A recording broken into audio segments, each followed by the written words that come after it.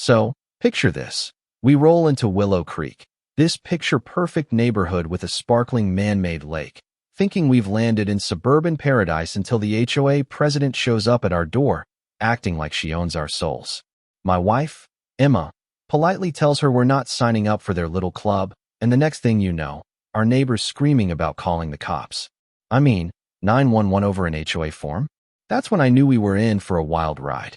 We just moved to Willow Creek, a place that looked like it was ripped straight out of a real estate and manicured lawns, kids on bikes, the whole deal. But the brochures didn't mention the HOA ran this place like a mini dictatorship. Security cameras on every corner, gates that felt more like prison bars, and neighbors who'd flinch if you mentioned the HOA board. We weren't here for the vibes, though Emma and I had a job to do, something bigger than settling into a cozy retirement spot. But before I get to that, let me set the scene.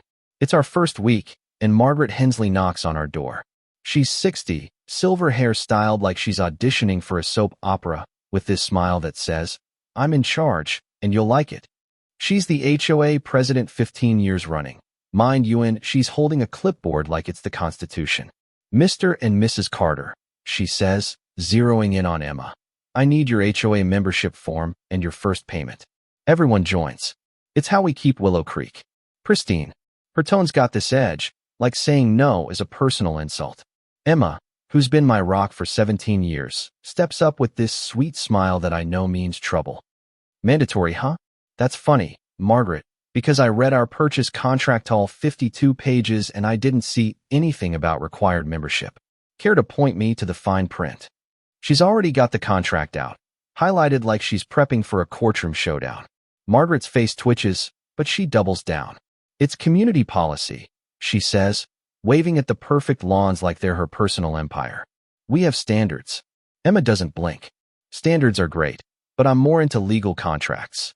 Show me where it says we have to join, or are you just making up rules?" I'm standing there, trying not to grin, because Emma's got this way of dismantling people with pure logic. Margaret mutters something about discussing this later, and storms off, already on her phone, probably plotting her next move. That's when our 11-year-old, Noah, pokes his head out. "Dad, why's the HOA got more cameras than a spy movie?" It's creepy. Kid's got a point.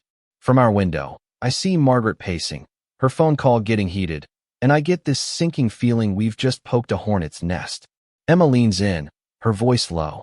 "This feels like that time in Texas when the mayor thought he could rewrite property laws. Something's rotten here." She's right, Willow Creek's got red flags everywhere, and we're not just here to unpack boxes. The next morning, Margaret's back with her so-called security committee for guys in knockoff cop uniforms, complete with fake badges and one dude rocking sneakers like he's headed to a costume party. "Mr. and Mrs. Carter," she announces, "we're here for a compliance interview. You're disrupting our community by refusing to join." I'm sizing these guys up, and it's clear they're not real cops, just hired muscle trying to look tough. Noah, munching cereal at the kitchen table, pipes up. "Dad, I Googled those uniforms. They're $40 on eBay retired Halloween costumes." He holds up his tablet, showing the exact listing. The security guys freeze, and Margaret's face goes tomato red. Emma, with that same deadly smile, steps in. "Gentlemen, can I see your Georgia security licenses? State law requires it, and impersonating law enforcement's a federal crime, 3 years in prison, last I checked." She's got her phone out, ready to check their credentials. The head officer stammers. "We're just community volunteers," but Emma's not having it. "Volunteers need licenses too. And Margaret, where's the HOA's insurance for hiring these guys? That's public record, right?" The fake cops are sweating now, and I can't resist. "Mind if I record this for, community safety?" I pull out my phone, and they scatter like roaches, leaving Margaret fuming on our doorstep. "This isn't over," she snaps, already dialing someone else. By afternoon, she's gone full nuclear sirens wail, and a real police cruiser pulls up.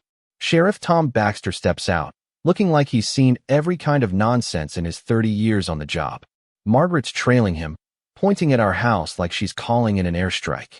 "Sheriff, these people are a threat to our community. They're defying our rules and harassing our security." Noah's at the window, whispering. "Mom, she looks way too happy about this." I open the door, and Sheriff Baxter starts. Mr. and Mrs. Carter, I got a complaint about a disturbance. But then Emma walks out, and his whole vibe changes. He snaps to attention, gives her a military salute, and says, Dr. Carter, I attended your FBI seminar on financial crimes in 18. Your work on fraud detection was unreal. The crowd of nosy neighbors gasps, and Margaret's jaw hits the floor. Emma smiles, all warmth, but with that edge. Good to see you, Sheriff. You had some sharp questions back then.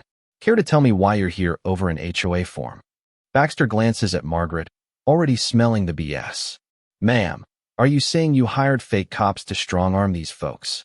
Margaret sputters. They're legitimate security, but Noah's back with his tablet. Sheriff, I found their invoice in the trash $1, 504 security theater services. That's the van across the street. Sure enough, there's a van with STS on it, and Margaret's practically purple. That's when things get wild. Noah, still poking around on his tablet, goes, Mom, I got into the HOA's Wi-Fi word was Willow Rules 456. Super layman, check this out. He shows us folders labeled resident surveillance and non-compliant targets. There's video of kids playing, people in their backyards, all recorded without consent. Emma's face goes stone cold. Sheriff, this is illegal surveillance, possibly stalking, especially with kids involved. I step in, pulling out my badge. Sheriff, I'm Captain James Carter, DOJ. Emma and I are here on a federal task force investigating HOAs like this one for fraud and intimidation. Willow Creek's one of 20 communities we're looking at. Margaret's eyes go wide, and the neighbors start pulling out their own evidence photos, notes, stories of years of harassment. Mrs. Clara Thompson, a retiree from down the street, waves a stack of papers. They fine me $500 for planting tulips. No receipts, just threats to evict me. The crowd's buzzing now, and Baxter's taking notes like his life depends on it. Then Noah drops the bomb. Guys, the HOA's been paying Sheriff Baxter $4,000 a month for consulting, and there's emails about him shutting down complaints. Baxter's face drains of color. That's standard security work, he mumbles, but Emma's not buying it. Sheriff, you ignored resident complaints for years, but showed up in 10 minutes for Margaret. That's not consulting, that's corruption. The neighbors are livid, and Clara pipes up. I called your office 12 times about their fake fines, and you said it was civil. Noah's still digging. There's a photo here, Sheriff Baxter, Margaret, and some guy at a party with cash on the table. Looks like a deal went down. The crowd's ready to riot, and Baxter's sweating bullets. Just when we think it's over, Margaret makes a desperate call, and a fancy BMW rolls up.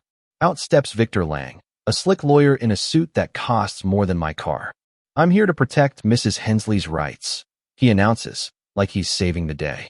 Noah, unfazed, goes, Mom, isn't that the guy from your money laundering case? Emma's grin is pure predator. Victor Lang, indicted for fraud and racketeering across 5 states. Shouldn't you be in custody? Lang's cool cracks, and he starts ranting about lawsuits, but Noah's already hacked the HOA's cloud server. There's emails between Lang and Margaret about Operation Neighborhood Lockdown, how to scare people into paying fees and hiding the cash. The neighbors are eating this up, and Margaret's screaming about privileged communication, while Lang's briefcase hits the ground. Then Noah delivers the knockout. Mom, Willow Creek's built on federal land leased, not owned. The HOA's been pretending they control it, but it's the government's. That's it, game over. Margaret tries to bolt, but the HOA's fancy gate system jams, trapping her. Lang's phone won't work, Noah's blocked the network. And the kid's been live streaming the whole thing on the HOA's Facebook page, with 5,000 people watching and commenting. Is this a crime show, or what? The neighbors are cheering, Clara's crying happy tears, and I'm just proud of my kid for outsmarting a whole criminal ring. 6 months later, Willow Creek's a different place. Margaret's doing 7 years for fraud and civil rights violations. Lang got 10, his law degree making his crimes worse. Baxter flipped on them for a 2-year sentence, but he's lost everything: job, pension, respect.